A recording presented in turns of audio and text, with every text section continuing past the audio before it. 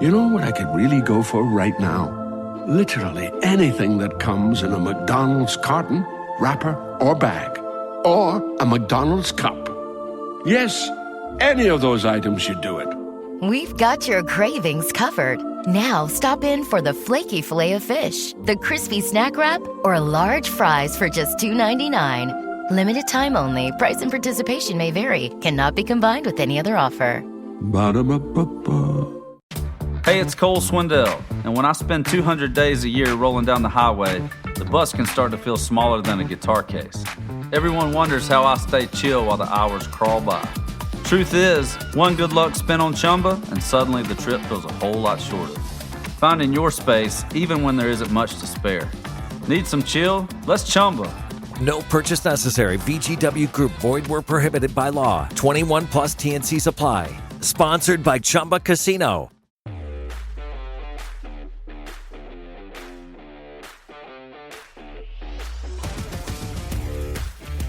I'm a nobody from nowhere that ain't never done nothing. That's what I am.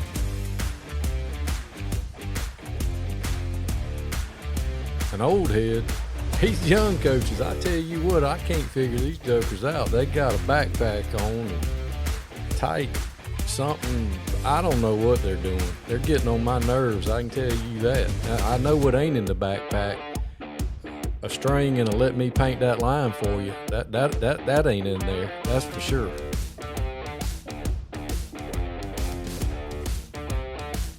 I had a kid the other day. He said, "Hey, Coach, didn't Christopher Columbus write the Pledge of Allegiance?" I said, "He sure did. He also played quarterback for the 1985 Chicago Bears." He said, "Bet." That happened. Sun Coaches, Season 6, where coaches come and tell their stories. Some of them are funny. Some of them is going to help you in your coaching journey. Not everybody has a funny story, but everybody has a story. Hope you enjoy Sun Coaches, brought to you by Titan Sensor.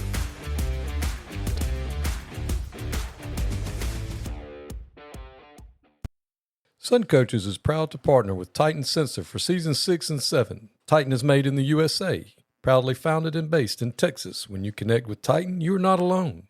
You can collaborate and share templates with other coaches across the country to build reports and foster competition. Used by programs such as State 6A, Georgia State Champion, Grayson High School, Titan can tailor a package to fit your needs.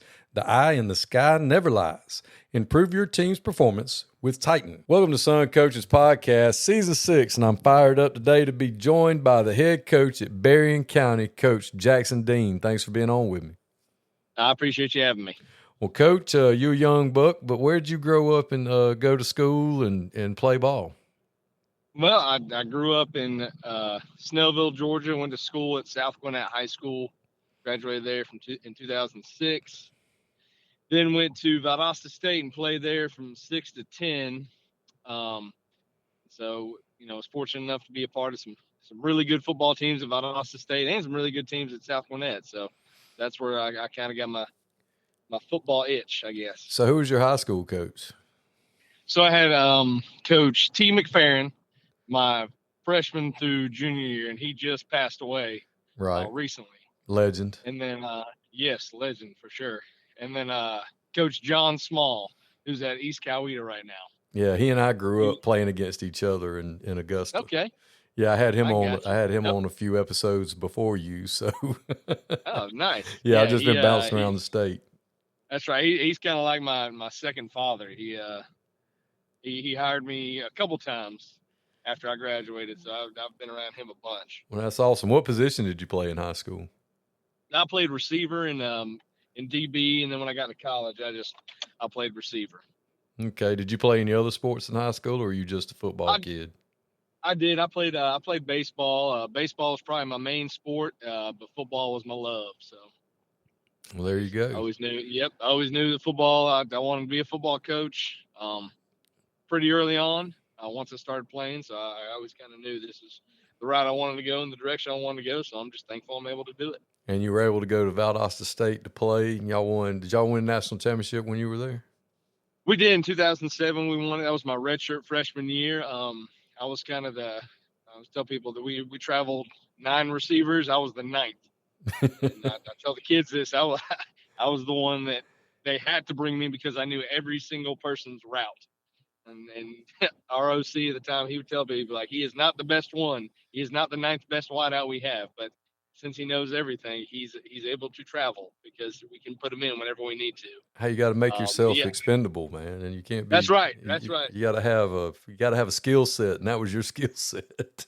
That's right. And I was not afraid to sacrifice my body for a block. So those 2 things were able to let me play in college. Well, who was the head coach when you were down there? Hatcher was there. He recruited me, and then he was there my redshirt year, and then Dean took over after that. Okay. Yep. Well, cool. So how was life in Val Vegas / Remerton? Oh, man, it was a wild time. I can tell you about Valdosta. I can't tell you much about the Remerton. That's kept a little more secret. No, it was fun, man. I loved it. Going down there, I was like every other high school kid. I was like, I'm better than Division II. I should be Division I, yada yada. And then going down there, you realize, man, it's such good football, man. So did you always know that you were gonna? I mean, you always knew you were gonna teach and coach. Did you go the GA route, or how did you transition into teaching and coaching? Yeah, so when I graduated at Valdosta State, I kind of had 2 options. I could have gone to a Ouachita Baptist to be a GA and be the receivers coach, or I could go back to my high school and coach wideouts. And I chose to go back to high school, to my high school, coach with John Small. Also live with my parents and save some money. There you go. So, yeah, so that was huge at the time. And so I did that. And then the next year I went to Hillgrove High School, coached with Coach Ironside for a year. And then after that season, my college offensive coordinator, Robbie Brown, he hit me up and said, hey, I'm leaving Valdosta State. I'm going to Northwestern State in Louisiana. It's an FCS school. He was like, and I need a graduate assistant. I need a GA. I know you talked about doing the college football thing. So if you're still interested, I want you to come with me. So luckily I went that route, did that for a year. I was the graduate assistant with the wideouts, and then got promoted to tight ends coach the next year, which meant $0 more. And I still had to stay a graduate assistant. I just had my own position room. So it was pretty cool. I like the experience. Well, that's awesome. You got to go to a different part of the country, and probably had good food and good people. Oh, yeah. Yeah, great food. The food was too good for sure. You're definitely going to gain some weight going there. But it was a really neat town in Natchitoches, Louisiana.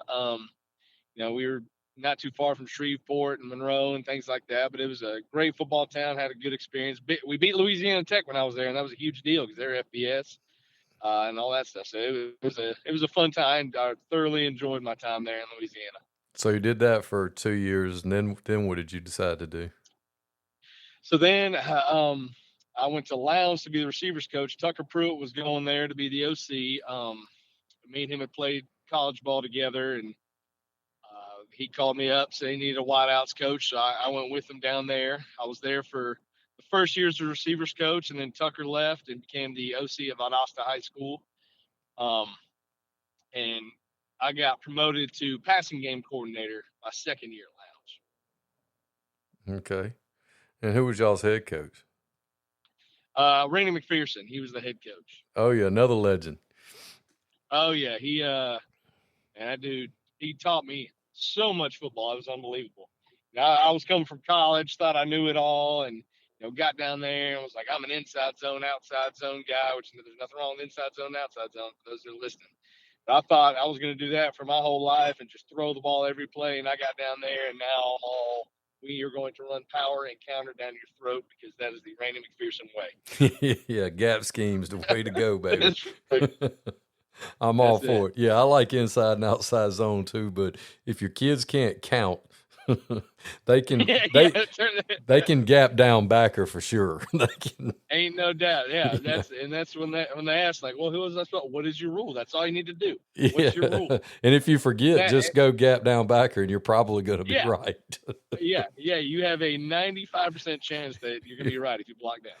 Yeah, I'm coaching O-line now, and I've got, the young kids are out there. They ask me 1,000 questions, especially at OTAs when they decide they want to ask all these questions, and they're and they're like, "Hey, coach, what do I do?" And I'm like, "Baby, if it's coming to you, and they're tackles, always tackles." And I'm like, if the play's coming to you, block down. I mean, you're probably not going to be wrong. And if it's going away from you, cut the guy off, turn him out. And you're probably not going to be wrong. And if you are, I'll fix it. But quit asking. Learn the freaking plays, dude. That's it. Yeah, that's the so he taught me a lot about that. And then I went to East Coweta after that. Coach Small got the head job there. And my wife's family, one half of her family lives there, and so he wanted me to come be the OC, and I wanted to have that responsibility and see if I could do it. So I went there for 5 years, which I loved it there too, which is kind of crazy. I went to going to Lowndes and East Coweta, and now to Berrien. There's 3 schools that were essentially wing T schools that I have now come in and we've transitioned out of the wing T. So that's been an interesting thing that I've been a part of for 3 schools. So you were John's OC for 5 years, and then you got your first head coaching job at Berrien now. No, so then I left East Coweta and went to Cook. Okay. For 3 years. Yeah, I was at Cook as the OC there for 3 years. And then I got the Berrien job this past season. So it's who was your head coach at Cook? Byron Slack. Oh yeah, another good dude. Yeah, which is kind of crazy. Him and John Small, they were roommates in college and good friends. And so it was very awkward when I had to tell Coach Small, like, hey, I just got an offer. Tyler Reddick here from 2311 Racing. Another checkered flag for the books. Time to celebrate with Chumba. Jump in at ChumbaCasino.com. Let's Chumba. No purchase necessary. VGW Group. Void where prohibited by law. CT&Cs. 21 plus. Sponsored by Chumba Casino. Your roommate in college, and I'm probably going to take it. I'm going back to South Georgia. That was it. Me and my wife always knew that we wanted to be in South Georgia. She's from Waycross. So I always knew I wanted to get back down here. Just the football atmosphere is so much different. It's week in, week out, good football all the time, and people want you fired if you lose, and they love you if you win, and that's the way I like it. I love the pressure aspect of it. I think that makes it more fun to coach and be involved in, and so I'm blessed and fortunate to be down here again. Well, how important do you think it was for you, not only playing for a legend like Coach McFerrin, but just over the years, getting yourself in positions to work with and for some really good, great high school football coaches to help you get to where you are now? Yeah, so I think as an assistant, being around all these different head coaches, you kind of soak up and take in their best qualities and kind of look at it as, hey, when I become the head guy, if I ever get a shot, I want to do this like him, or I want to do this like him, or, and that's kind of what I've tried to do. I could pick something from every guy that I work for and say, I got this from him. I think, John Small, he was the most organized person I've ever met in my life. And so I struggle with the organizational aspect, but a lot of the stuff that I do now is because of what he did to try to help myself. And then, him doing that and raising money and just being able to convince kids to be better than they are. I think those are his 3 big things that I've tried to take from him. Randy McPherson he taught me how to win, just straight up how to win and how to coach football and just how to make your kids tough. And that's the thing that I really loved about him. And he taught me just a ton about the game and and how it needs to be played at this level. And if I ever have an issue or a question about football, he's the one that I usually call. Byron Slack, another one. He's so good at getting the most out of the kids, whether it be in the weight room, on the practice field, whatever it is. And I just thought that was, just something I'll always take from him. And I'll tell you, Phil Ironside, I worked for him for 1 year at Hillgrove, and I have never seen a man so smart on the field. He could just call a play, summon a play out of midair, make it up on the fly, and it'll be a touchdown. It's the most impressive thing I've ever seen in my life, and he's unbelievable at it. And I strive to be like that, but I don't think I am. Yeah, I think it's important, especially early in your career, if you get to work for a lot of different people, it's going to help, obviously broaden your horizons. It's going to open up your network, and you learn different things. And not only, like you said, you pick out soak up the greatest qualities from the guys you work for, but you also look at some things and go, yeah, I'm not doing that. Yeah, exactly. Yeah, now that was good. I'm not, that ain't me. I mean, you got to be you. Oh, 100%. Yeah. Yeah. It's interesting now that I'm in the big chair, is, as an assistant, you always sit there and you're like, man, I can't believe he's doing that, or why'd he do that? And now that I'm here, I see it and I'm like, man, now I know why he did that. Now, at the time I didn't see it, but now, he probably didn't tell me why he did it, but there was a good reason for it. And there's definitely some things like that pop up that I'm like, I get it now. So this is your first head coaching job. This is going into year 1, right? Yes, sir. Okay, so when you were sitting down, what did you do to sell yourself? What was your program's, culture? What was your sales pitch to why they should hire Jackson Dean as the head coach at Berrien? Oh, that's a good question. I told them that I always had looked at this job like a place that could be great, that was on the cusp of being great, and it had all the qualities to be great. It has players, it's got facilities, it's got money. I mean, that's the one thing no one wants to bring up, but it has money. But when I was going into it, I just said, I want to be. My style of coaching is more of, I'm going to coach and teach. I always think that's important. I think it's not a screaming and yelling has kind of gone out the window. It's necessary at times, but I think the kids nowadays are not like me and you were, Coach. If a coach screamed and yelled at me and I went home and told my mom and dad about it, they'd be like, well, then obviously you messed up and you need to do something different. The kids are different now. And so I think, what I kind of told them, I was like, listen, I'm going to go in there and we're going to teach and learn. I said, and the two things we're going to get mad about is attitude and effort. And those are the two things that are going to be non-negotiable. And it's the two things that us coaches, like, if you hear screaming and yelling, it's because of that. It's not going to be because they bust a play. It's not going to be because they took the wrong side. It's going to be attitude and effort, and those two things. And I truly believe, I think they liked hearing that. I think they liked hearing that I'm not going to berate them the whole time, that we're going to teach and learn and help them grow, not only as football players, but as young men, but the minute the attitude and effort slacks off, that's when we get after them. And we told them it's not just on the football field, it's in the classroom and out there in life too. Attitude and effort can carry you a long ways and make up for a lot of deficiencies as long as you do it the right way.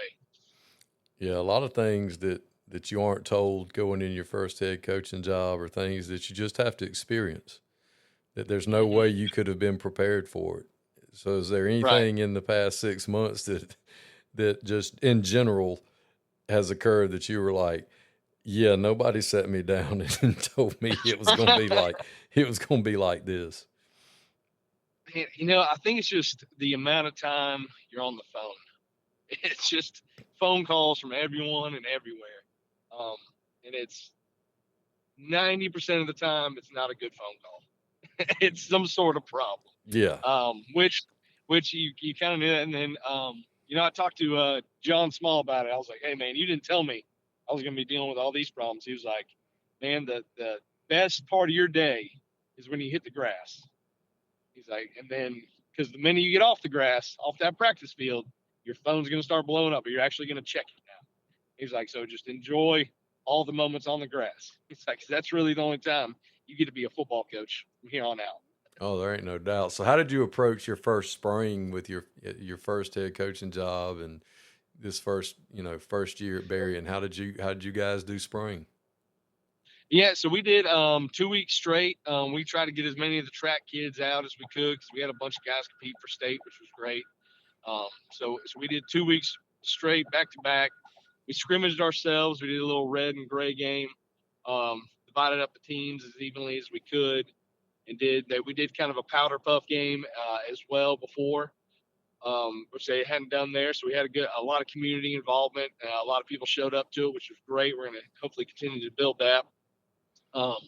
But honestly, I was fortunate enough to bring in a couple of new coaches, which helped out a lot. And so a lot of it was but they're still driving from their old schools, and a lot of them are coaching other sports. So there was a lot of, they couldn't necessarily be at this practice because they're coaching another sport and doing that, because obviously that was their priority, which is, they had already made a commitment to that school. So that was fine. But, I think we just said, me and our DC sat down and said, we're going to install our base stuff, and then we're going to fly around and see who can learn it, and really who can show us something on the field. And that's why we want to do the red and gray game. Cause there might be, if we split these guys up, maybe there might be a few that shine through that we've almost missed in these last 2 weeks. And a bunch of them did. They showed up, and, when the lights were on, and that was exciting to see. So, we didn't try to overly kill them or anything, but we tried to get the most out of them. And it was more of a teaching, learning, and just seeing what they could do, really. And then we kind of adjusted our summer based on what we could do in the spring. Yeah, and then doing the red gray game your first year especially, I think it's important because it gives you those 2 scrimmages in the fall, and I think that's going to help you more down the road than if you had scrimmaged somebody else that first year. Because a lot of times, people are like, "Oh, I want to show people what we've done," and no, you might want to just wait. yeah, you might want to get the systems in place first before you. Yeah, I mean, I know there's a lot of different ways to skin a cat, but I agree with you. I think that's the route I would probably take as well. And crap, all you got to tell your coaches is that if they don't want to come down there, you'll just go eat at Ray's Mill Pond by yourself. They ain't got to come eat. That's right. They ain't got to come eat catfish with you. That's right. Yeah, going back to the old spring thing, I remember our first year at East Coweta. I don't know if John Small ever admit this or not, but we were slated to scrimmage Carrollton our first year there, and we were not ready for that smoke. And we went out there to warm-ups, and there was just it was such a whirlwind. And, Small had been at South Gwinnett, my high school, for 12 years. And so we went out there for warm-ups, and we were like, you know what? We've never practiced a warm-up before. We had just got there. And so we looked so lost. And then luckily, thunder struck, and their game got rained out, and we were watching them warm up, and we were like, boys, we ain't ready for this smoke. So we got very fortunate that game was canceled. And but yeah, that's when I learned that. I was like, yeah, we ain't gonna do that. We're not gonna play anyone yet. Like you said, we'll get our legs up under us, and then the next year we'll try to find someone. But it was good. The boys, they did a good job. Well, and you learn too that you have to practice things like pregame. You have to plan for that, and you have to. Tyler Reddick here from 2311 Racing. Victory Lane? Yeah, it's even better with Chumba by my side. Race to ChumbaCasino.com. Let's Chumba. No purchase necessary. VGW Group. Void where prohibited by law. See T&Cs. 21 plus. Sponsored by Chumba Casino. I mean, I've been in a lot of staffs where we actually practiced it. Like we went out and we were like, all right, we're going to go out. We're going to take everything. We're going to set it up. We're going to go through all the whatever, and then we're just going to pack it all back up and come back inside. Because that's all, you have to work on that, because it's so hard to just, if you don't have some veteran guys in place that can kind of shoot from the hip and pull it off, you're right. People look out there and go, what are they doing? Or, and there's not, we think everybody in the world's watching, and there's really not that many people there for that anyway, but there's enough. No. Exactly. And because you're like, oh my man, what are we doing? Yep. And that's I'll say that's probably the hardest thing right now. And it's one of the hardest. It's, you get on these staffs, and, year one's always tough because no one really knows what to do, when to do it, how and this is just talking about just clean up stuff and just getting stuff out, set up, clean up, all that stuff. But I think after after you get a few years in with a staff that's cohesive, it's kind of like everyone falls in place and understands their job and their role, and things move a lot sooner. And so, like you say, there's a bunch of things now that I'm like, man, I gotta start telling some people they got to do this, but it's not their fault. They don't know either. You know, they're not being told. But I'm just used to other people doing it and me not having to do it, and so I'm like, oh man, I gotta start verbalizing this stuff. Yeah, I got to put it down on paper and show it to everybody every week like we do. I worked at Early County for 6 years, and that staff had been together for like 25 years. So we didn't have a preseason coaches. Yeah, these are your duties, because they just started doing. Yeah. I mean, they'd been doing it together for so long, they just knew what to do, and you're standing around like, what do y'all need me to do?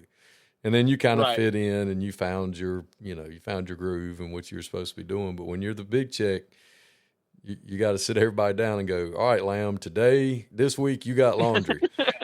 All right, JoJo, this week you got locker room, and this week, I mean, you got to sit down and have a plan for that, because, like you said, until you build that cohesiveness and that time together, it's just because it's got to get done. Right. And then you have other things, and that's what I tell assistant coaches all the time. I'm like, look, the head man's got stuff that only he can deal with. It's our job to take care of all this other stuff, because when he gets off the practice field, just like Coach Small said, your phone is now, you're dealing with Ray's mama, or whoever is Billy Joe Jackson's mama's ticked off because he got number 72 and his daddy wore number 68 and he always wanted number 60. And that's right. We can clean up the locker room and get all that stuff straight while you get the number situation straight. Because we do not want to be dealing with Billy Ray's mama. Exactly. Yeah, that's when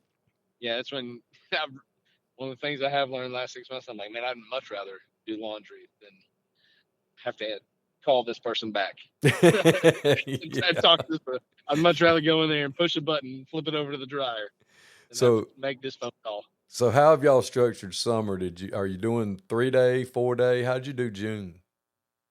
So we did 3 days. We did Monday through Wednesday in June. And, another one of my sales pitches to them is, we're single A. We share so many players. I'm trying to get more baseball kids out. We got a bunch of wrestling kids, basketball kids, track kids. And I said, listen, we're going Monday through Wednesday. And I told all the other sports, I was like, make Thursday y'all's big day. I have that Thursday for you guys. Also I like it because, it gives them a longer weekend. If these kids want to go to camps, any football camps or whatever, soccer camp. We had a bunch of soccer kids too. If you want to go to these camps, man, take that whole weekend, go do your thing, go to these camps.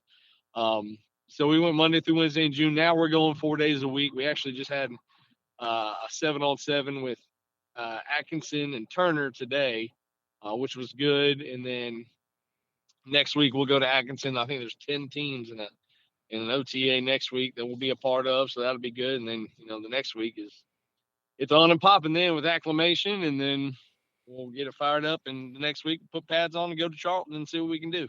Yeah, we had 7-on-7 today with Macon County, and we got Hawkinsville tomorrow, and then next week we go to Putnam County, and it's a 2-day Tuesday, Thursday. But I think we're spending the night in the gym.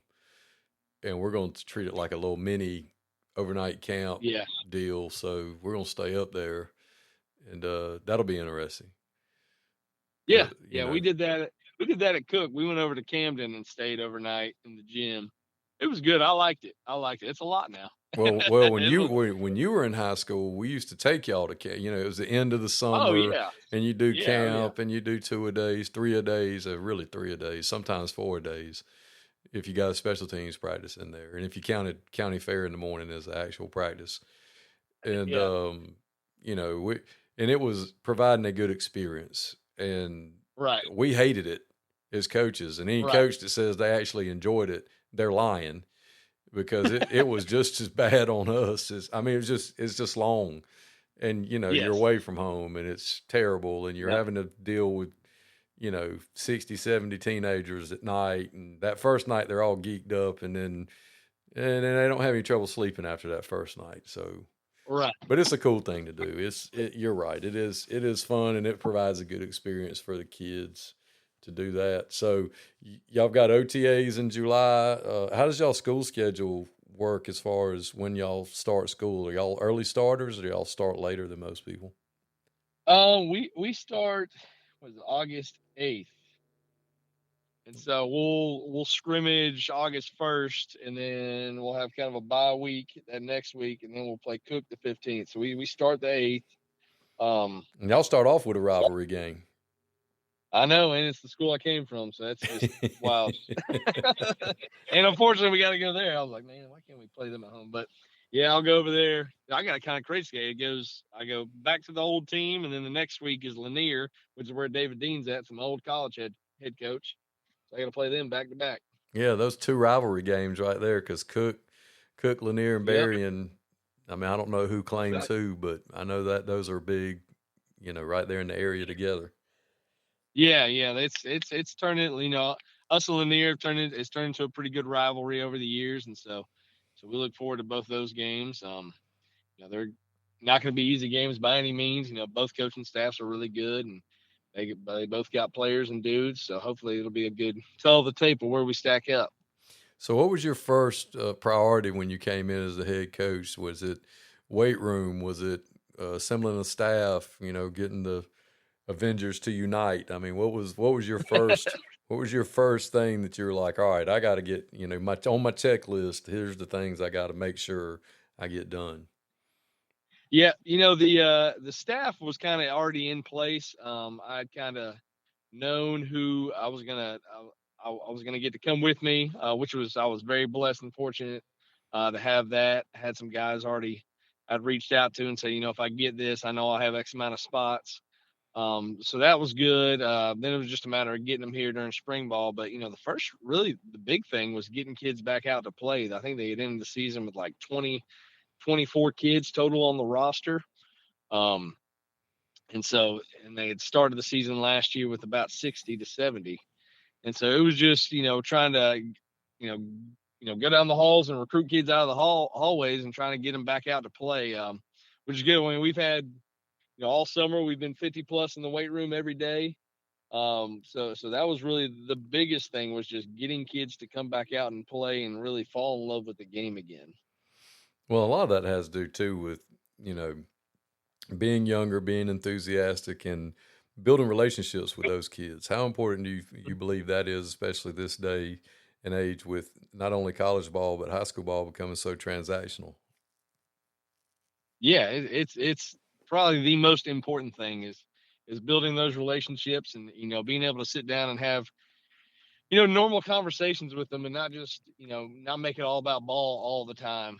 I think that's, the older school mentality, I guess. And, these kids want to know that you care about them before they care what you know, that old saying. And, I think it holds definitely true today. And, they want to know that you have their best interest in your heart instead of just using them to win football games. And I think once you prove to them that you do, and that you're trying to do everything you can for them, whether that be, we talk to them all the time, not everyone's going to go play college ball. Not everyone's going to do this, but, we want you to get out of this program, be a better man, be a better person. So that way, when you go into the real world, we'll help you with it, whatever you need. We're not just going to be hung up on the guys that are going to play college ball. We're going to help you out too, get a job somewhere, or get you into a school and get you the right degree, and make sure you're on the right path for yourself. Yeah, I think it's so important that they understand that we care about them as people, and, because it is a game, and yeah, our livelihoods are on the line, but I mean, ultimately it's just a game. And like you said, some of them are going to be blessed enough to go play at the next level, but all of them, we hope, are going to go work. They're going to go have a family. Yeah. They're going to grow up and be men, grown men, so, that part of it, providing a good experience and the foundations for that's definitely something, it is an extracurricular activity. So, things that they are supposed to pick up outside of the classroom that you wouldn't otherwise pick up. So, with the recent passing of Coach McFerrin, you got any good Coach T. McFerrin stories? Oh man, he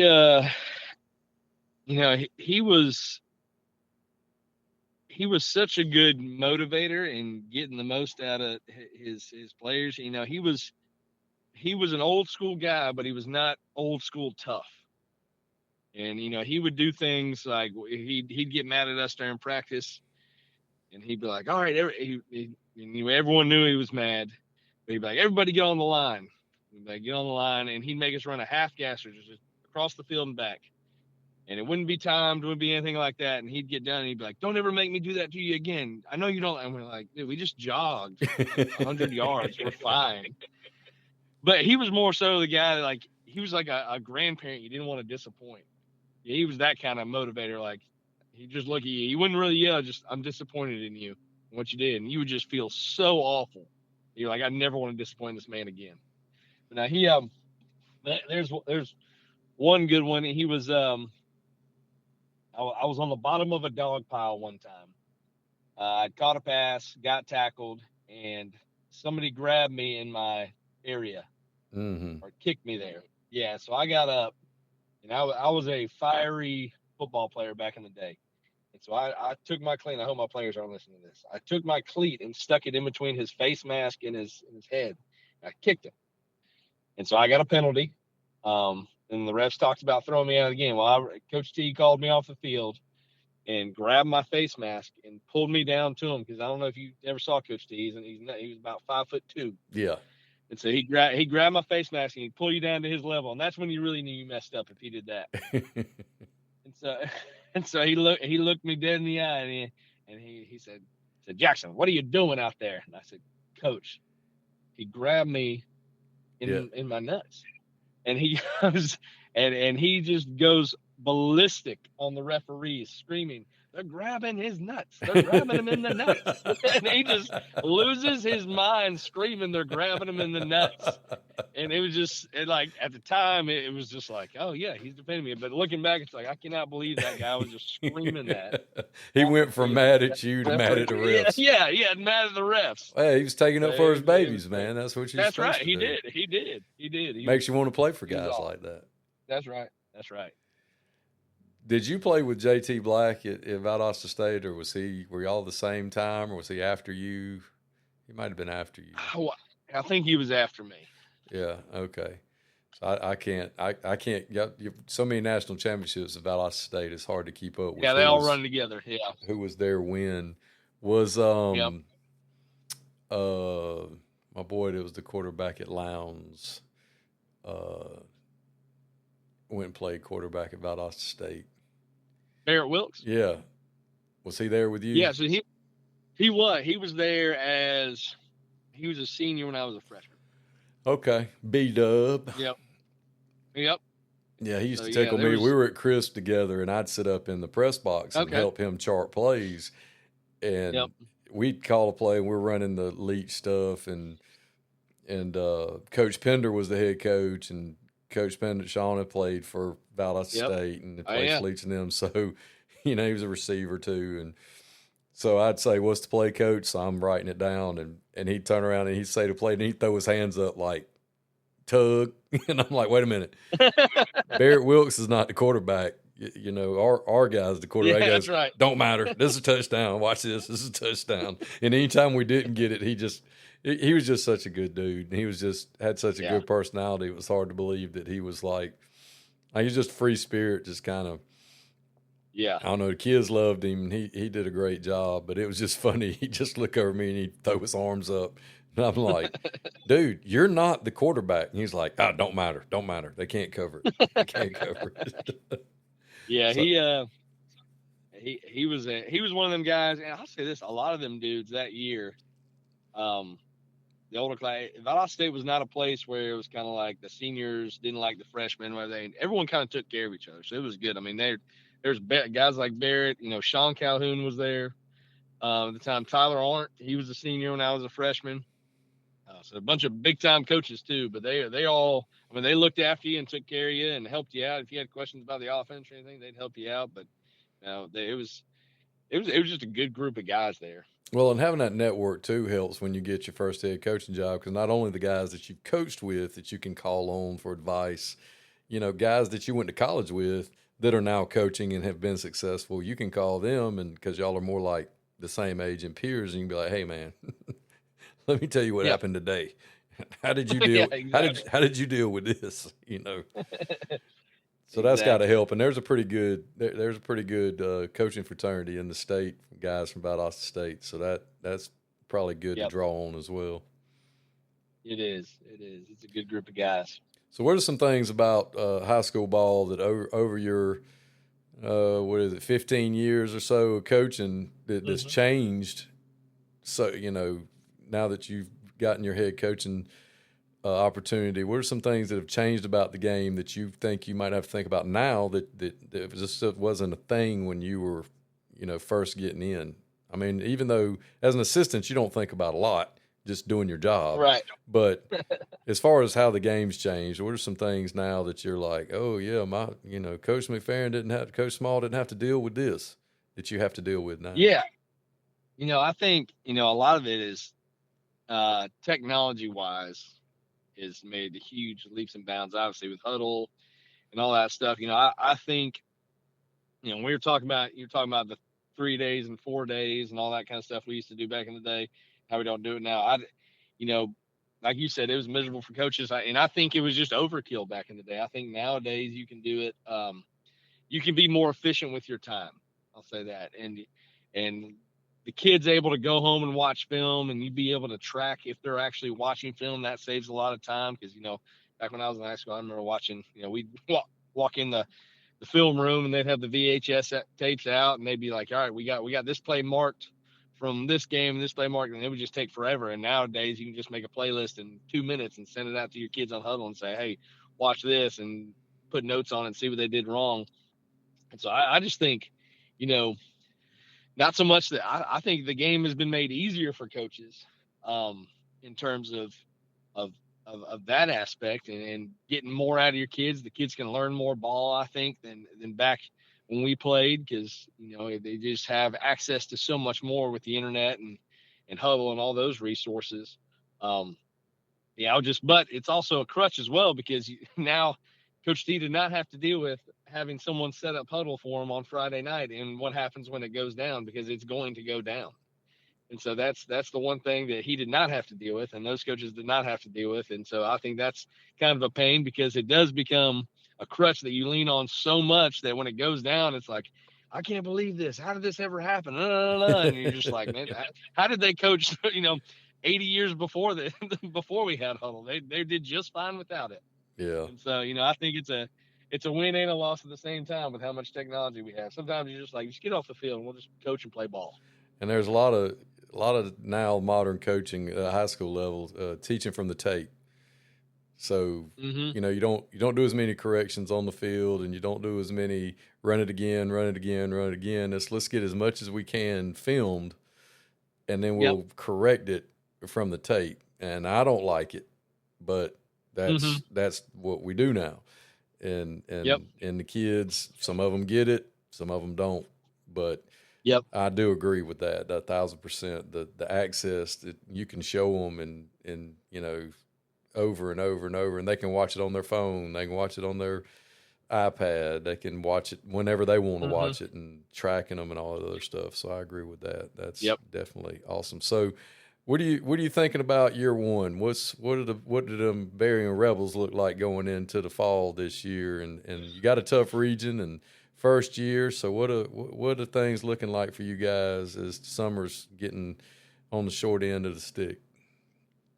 Yeah, I think the way that we've worked and the way the kids have shown up every day, we haven't had a whole lot of missing in the summer, which was huge. This is one of the things I was worried about. But I think there's a lot of positives on the horizon for us. I think luckily with the playoff structure we have now at our level, with the power rankings, I think we have a really good shot at getting into the playoffs. I think we're going to shock and surprise a bunch of people with how we play, and hopefully we're able to make some noise. Like you said, our region's very tough. I tell our kids all the time, I said, listen, the state champions come out of our region. I mean, it's usually about once every 2 years, if not every year. I was like, so we got to be strapped up and ready to go every single week. There's not an easy game on the schedule. And so, I think, we look at that, our kind of motto this year is raise the bar, and the BAR stands for brave, accountable, and resilient. And, we're working on the bravery point aspect of being like, hey, we can't be afraid to take on tough tasks. We know teams are better than us. They've had in the same system for a while. And, we can't cower away from them and watch their huddle highlight and be scared to play them. Instead, we need to be the brave one saying, hey, I'm about to put them on my huddle, my highlight tape. And so that's what we're working on. But I really do think that we're going to shock and surprise a lot of people in the state and in this region and in this area, and hopefully just be a huge stepping stone for this program and for this town. And that's awesome. I know you're going to do a great job. You're going to do great things there. You've learned from some of the best, and I can't wait to see how high the bar gets raised down at Berrien this year. And I do appreciate you coming on and sharing your story with us. Well, I appreciate you having me. Thanks, Coach. Tyler Reddick here from 2311 Racing. Another checkered flag for the books. Time to celebrate with Chumba. Jump in at ChumbaCasino.com. Let's Chumba. No purchase necessary. VGW Group. Void where prohibited by law. See T&Cs. 21 plus. Sponsored by Chumba Casino. If you work in university maintenance, Grainger considers you an MVP because your playbook ensures your arena is always ready for tip-off. And Grainger is your trusted partner, offering the products you need all in one place, from HVAC and plumbing supplies to lighting and more. And all delivered with plenty of time left on the clock, so your team always gets the win. Call 1-800-GRAINGER, visit Grainger.com, or just stop by. Grainger, for the ones who get it done.